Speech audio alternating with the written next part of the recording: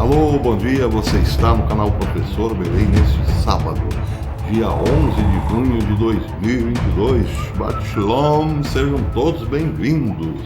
Quero começar mandando um abraço para a Adriana, ela é esposa do Jair Duarte Pego Júnior. A Adriana fez aniversário ontem, então com um dia de atraso vai aqui meu feliz aniversário, Adriana, meus parabéns, um grande abraço a você e ao Jair Duarte Pego Júnior. Por falar em pego, fomos todos pegos de surpresa, não é mesmo? Por novos aumentos de juros, o Fed, etc. e tal. Hoje, coincidentemente, 3 grandes analistas do mercado financeiro e da economia global vieram com seus respectivos artigos para dizer o seguinte: preparem-se, porque estamos entrando no apocalipse financeiro. Entre eles, Egon von Greyens, que diz o seguinte: a combinação de moeda inflacionada ou deterioração da moeda, superinflação, com aumento das taxas de juros, o fim do crédito e o encarecimento das commodities e das matérias-primas levará um empobrecimento geral. Ele está se referindo aos Estados Unidos, à Europa e ao Japão especificamente. Mas, no seu artigo, esta combinação é sim de assustar. O que acontece? Acontece que a comida, o alimento, o combustível, as commodities e as matérias-primas estão cada vez mais caras, todo mundo já percebeu isso, só que o valor do dinheiro cada vez menor. E por conta disso, os bancos estão aumentando a taxa de juro. E por conta disso, evidentemente, há mais pessoas endividadas, fazendo dívidas sobre dívidas para pagarem os seus respectivos cartões de crédito. Só que isso não durará para sempre. Há agora a real ameaça dos bancos cortarem as linhas de crédito. E aí como fica? Bem, essa é a pergunta que faz outro analista econômico, Mike Adams, do Natural News. Ele diz o seguinte, que eu, aliás, falei isso no vídeo de ontem: milhões de americanos estão hoje endividados no cartão de crédito para comprar comida. Normalmente se fazia dívida no cartão de crédito para comprar um bem de consumo, uma geladeira, um fogão, um automóvel. Os americanos, aos milhões, estão usando o cartão de crédito para comprar comida, encher o tanque do carro ou então pagar o aluguel. Bem, no artigo de Mike Adams, ele diz exatamente o seguinte: os consumidores, isso foi publicado hoje no Natural News, os consumidores já estão com dívidas de cartão de crédito até o pescoço e ainda vivem de crédito. A demanda por bens de consumo despencou à medida que as pessoas são forçadas a usar seus recursos financeiros limitados para pagar comida, combustível e aluguel. E todos os 3 itens dispararam sob o governo Biden. Como resultado direto, o cidadão norte-americano não está mais comprando quase nada na área de bens de consumo, eletrodomésticos, móveis domésticos, etc. O mercado de compra de casas, por exemplo, já entrou em colapso, e o colapso só vai piorar daqui para frente. O aumento das taxas de juro tornará os empréstimos à habitação cada vez mais caros, e muitas pessoas acabarão sem teto ou vivendo em seus próprios veículos. Como os consumidores estão priorizando o pagamento de alimentos, combustível e aluguel, os principais varejistas dos Estados Unidos estão com níveis assustadores de excesso de estoque e começarão a anunciar liquidações que apresentarão raras oportunidades de compra para quem tem dinheiro e quer aproveitar a última rodada de coisas baratas que qualquer um de nós verá por um longo tempo. Findo esse estoque, o que acontecerá? Pessoas serão demitidas em grande quantidade E, claro, aqueles que compraram para aproveitar o preço barato se verão ainda mais endividados no cartão de crédito. E logo perceberão que não terão mais crédito, porque o banco cortou. E aí logo perceberão também que o banco poderá pegar os seus bens para serem ressarcidos, evidentemente. É uma bola de neve que prenuncia exatamente isso, um apocalipse financeiro vindo pela frente. Outro artigo que vai também nesta mesma direção foi publicado hoje por Peter Schiff, no Schiff Gold. Ele diz o seguinte: essa situação toda, esta derrocada da economia ocidental, só o que fortaleceu até o momento foi o capital, o grande capital, os metacapitalistas que emprestam dinheiro, são como agiotas internacionais.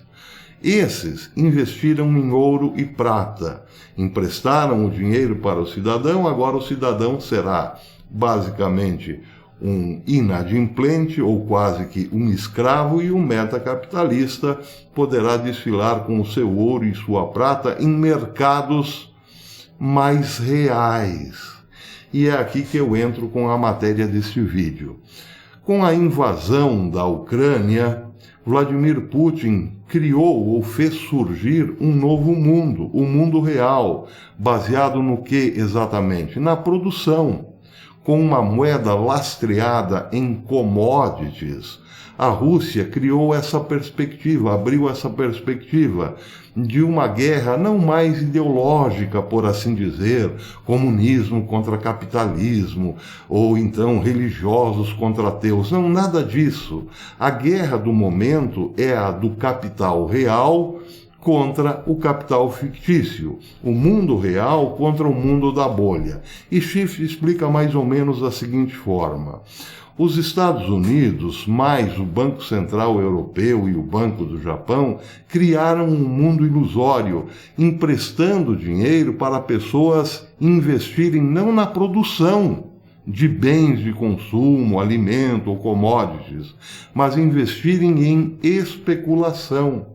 Bem, como as ações estão despencando, esse consumidor que pediu dinheiro emprestado para comprar papéis, viu o papel deteriorar e vê agora a sua dívida aumentar. E isso é a característica deste mundo que não se preocupou com a produção, contra o mundo que lastreia hoje a sua moeda em bens duráveis, em bens reais. Então o capitalista ou melhor, o gafanhoto que devorou o Ocidente poderá agora investir em países emergentes com moedas fortes, como é o caso da própria Rússia. É só uma questão de tempo. Eles precisam apenas tirar Vladimir Putin da jogada, porque ele é hoje o símbolo de um déspota. Mas, se a Rússia continuar com essa política, receberá investimentos daqueles grandes capitalistas. O Brasil também poderá estar nessa, se mantiver a sua moeda, de certo modo, atrelada às commodities. Mas também países como China e Índia poderão crescer, criando, portanto, uma nova perspectiva geopolítica que eu já venho falando. O problema é o seguinte: como ficará essa imensa massa de pessoas que vive no Ocidente e é vítima hoje dessa política desumana implantada pelos globalistas aqui no Ocidente? Os Estados Unidos, a economia americana está ruindo. Isso já está muito claro. O que acontece com o governo Biden, por exemplo, é que ele imprimiu dinheiro como se não houvesse amanhã. Quando assumiu, o galão de gasolina de 5 litros estava pouco menos de 2,50. Hoje está mais de $5 o galão. É só um exemplo. As pessoas super endividadas e os bancos logo mais fechando as linhas de crédito. O dinheiro, meus amigos, se tornará cada vez mais difícil, mais escasso, fazendo com que alimentação, transporte e moradia se tornem também, por sua vez, cada vez mais difíceis. Serão mais cedo ou mais tarde considerados artigos de luxo, quem diria. Essa é a realidade que estamos entrando, por conta, evidentemente, de uma política desastrosa do Ocidente. Hoje, vemos uma guerra entre Oriente e Ocidente por conta disso. O mundo da especulação contra o mundo da realidade. O mundo da realidade é liderado hoje, queiramos ou não, por Vladimir Putin, que soube atrelar os seus bens materiais à sua moeda, ou à sua moeda às suas commodities. Nós podemos fazer o mesmo e passar, quem sabe, pelo apocalipse financeiro com alguma dignidade. O Brasil tem o que o mundo precisa e precisará cada vez mais: alimentos. Não é por acaso que o Brasil está sendo paparicado lá fora, coisa que nunca aconteceu. Nós temos alimento e muito minério. Podemos, quem sabe amanhã depois, fazer como Putin, atrelar o nosso realzinho à soja, ao trigo, ao milho e, por que não, ao nióbio, por exemplo. Temos sim em perspectiva este otimismo, esta possibilidade de passar pela crise. Mas, repito, tudo isso é uma possibilidade. Depende de nós, claro. Depende que não caiamos na tentação de colocar de volta ao comando da economia aventureiros que até hoje nada fizeram pelo país. Mas isso é só um palpite, percebem? É só um palpite. E como estou dando um palpite, não custa lembrar aquele velho ditado popular: em time que está ganhando não se mexe. Pra quê, né? Pois é. Eu vou ficando por aqui. Até amanhã, se Deus quiser.